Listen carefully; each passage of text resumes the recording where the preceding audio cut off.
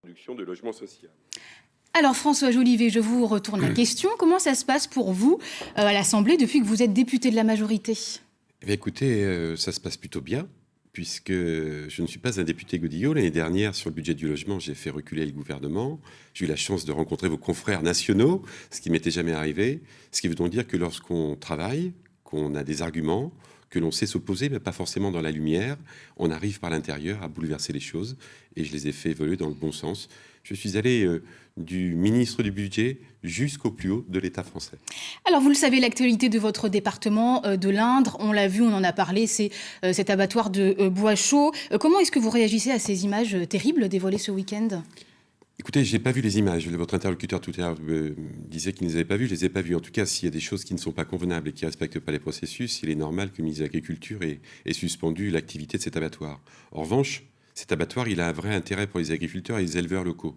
On ne peut pas développer une politique de proximité et de perdre les abattoirs de proximité. C'est la raison pour laquelle je souhaite qu'une solution dans les meilleurs délais soit trouvée et que les collaborateurs de cet abattoir soient formés si ce que vous avez dit est bien vrai et qu'il y avait un déficit de formation. On a entendu votre homologue de l'Indre, Nicolas Forissier, réclamer la réouverture de l'abattoir justement pour toute cette filière et ces éleveurs locaux.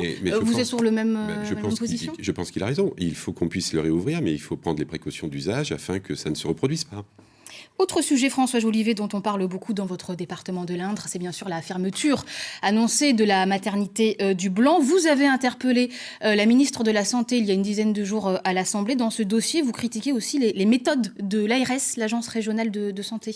Si vous voulez, pour résumer très, très vite, au mois de juin, on suspend la maternité.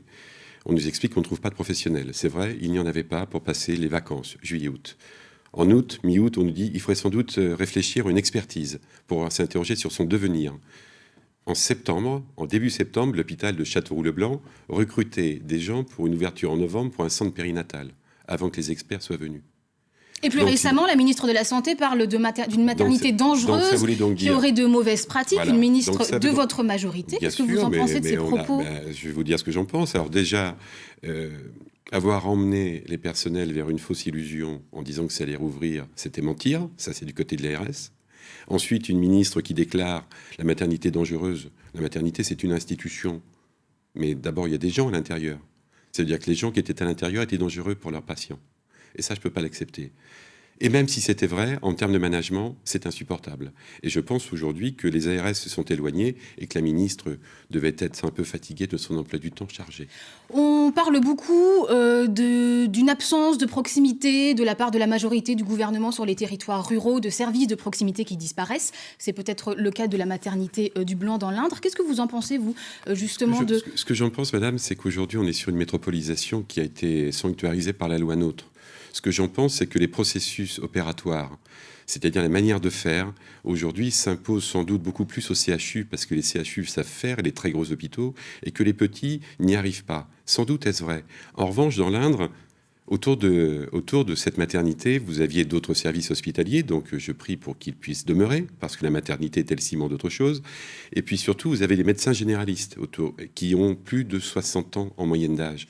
C'est-à-dire que dans l'Indre, on a déjà une médecine de guerre, et ceux qui nous pensent à Orléans, la grande médecine de demain, ne savent pas ce qui se passe dans l'Indre.